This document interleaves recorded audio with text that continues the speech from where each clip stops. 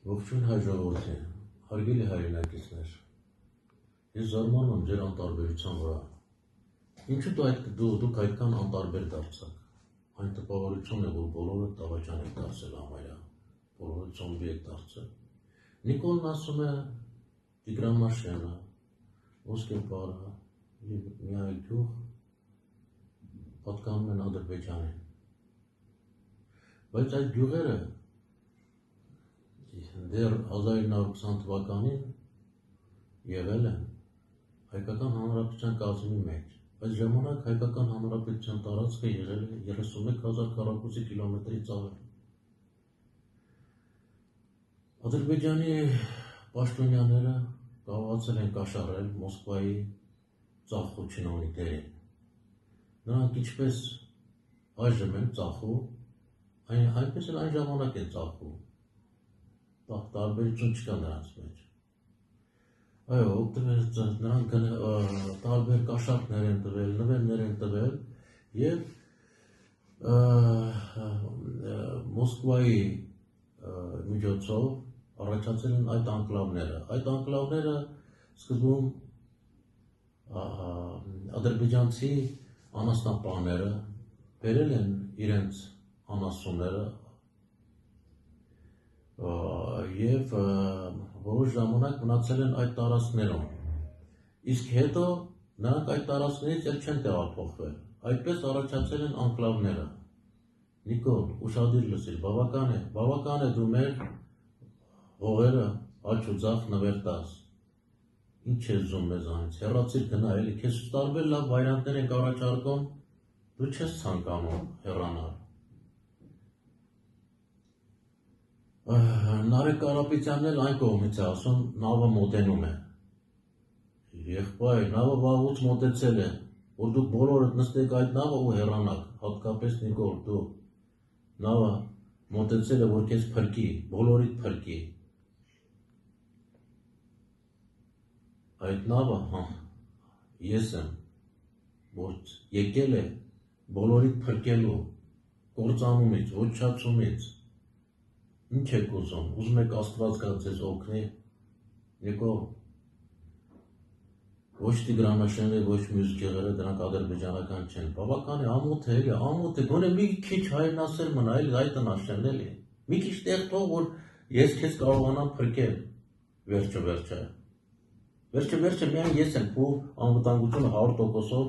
ապահովելու։ Այն էլ ոչ թե քեզ շատ եմ սիրում կամ սիրում եմ, այլ նրա համար, որ աշխարհի մեծերը չասեն Խապեբայա, եկավ Խապեբայցան իշխանությամբ, հիմա էլ ցանկանում է մեր հետ գործ անել։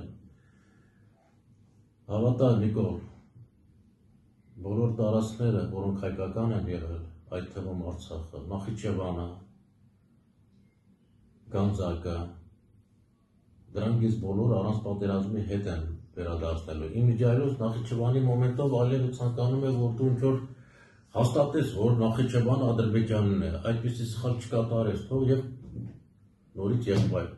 լավ թող եղբայր լինես, թող ես այդ տարածքները առանց պատերազմի հետ վերցնեմ, առանց պատերազմի, ես գիտեմ դրա ուղին, ու միայն դա կարող եմ ես անել, քանի որ միայն ես կարող եմ միլիարդավոր,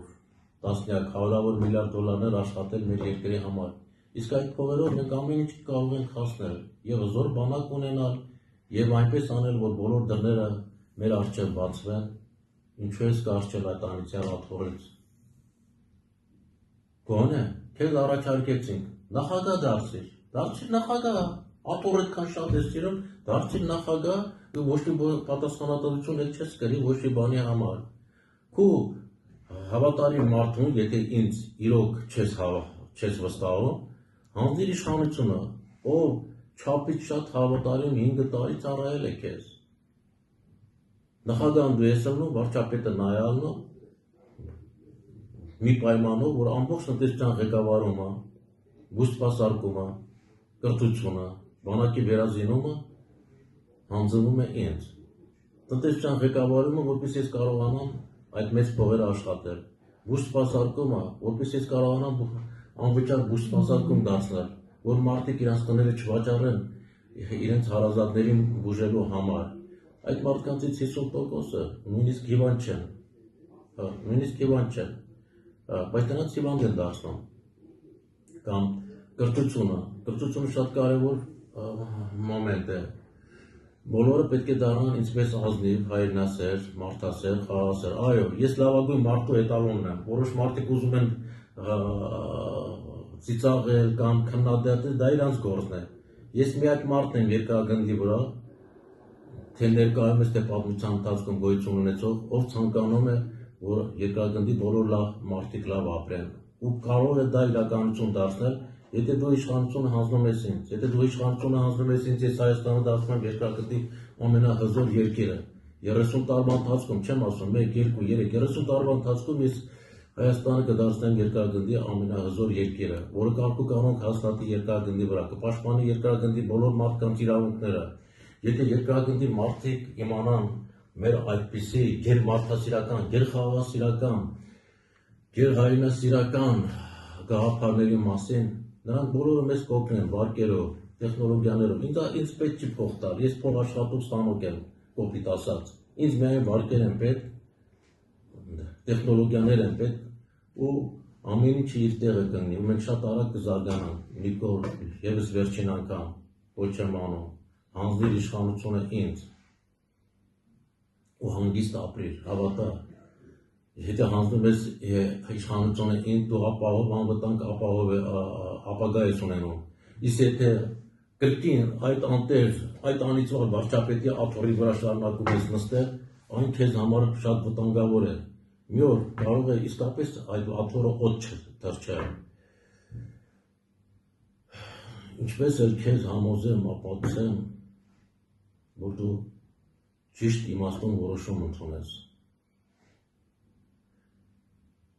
ևս մեկ անգամ քեզ ոչ եմ անում, հանձնիր իշխանությունը, ինձ կամ քո հավատարիմ մարդուն, ով տնտեսության ղեկավարումը, բուժսպասարկումը, կրթությունը և բանակի վերազինումը կհանձնի ինձ։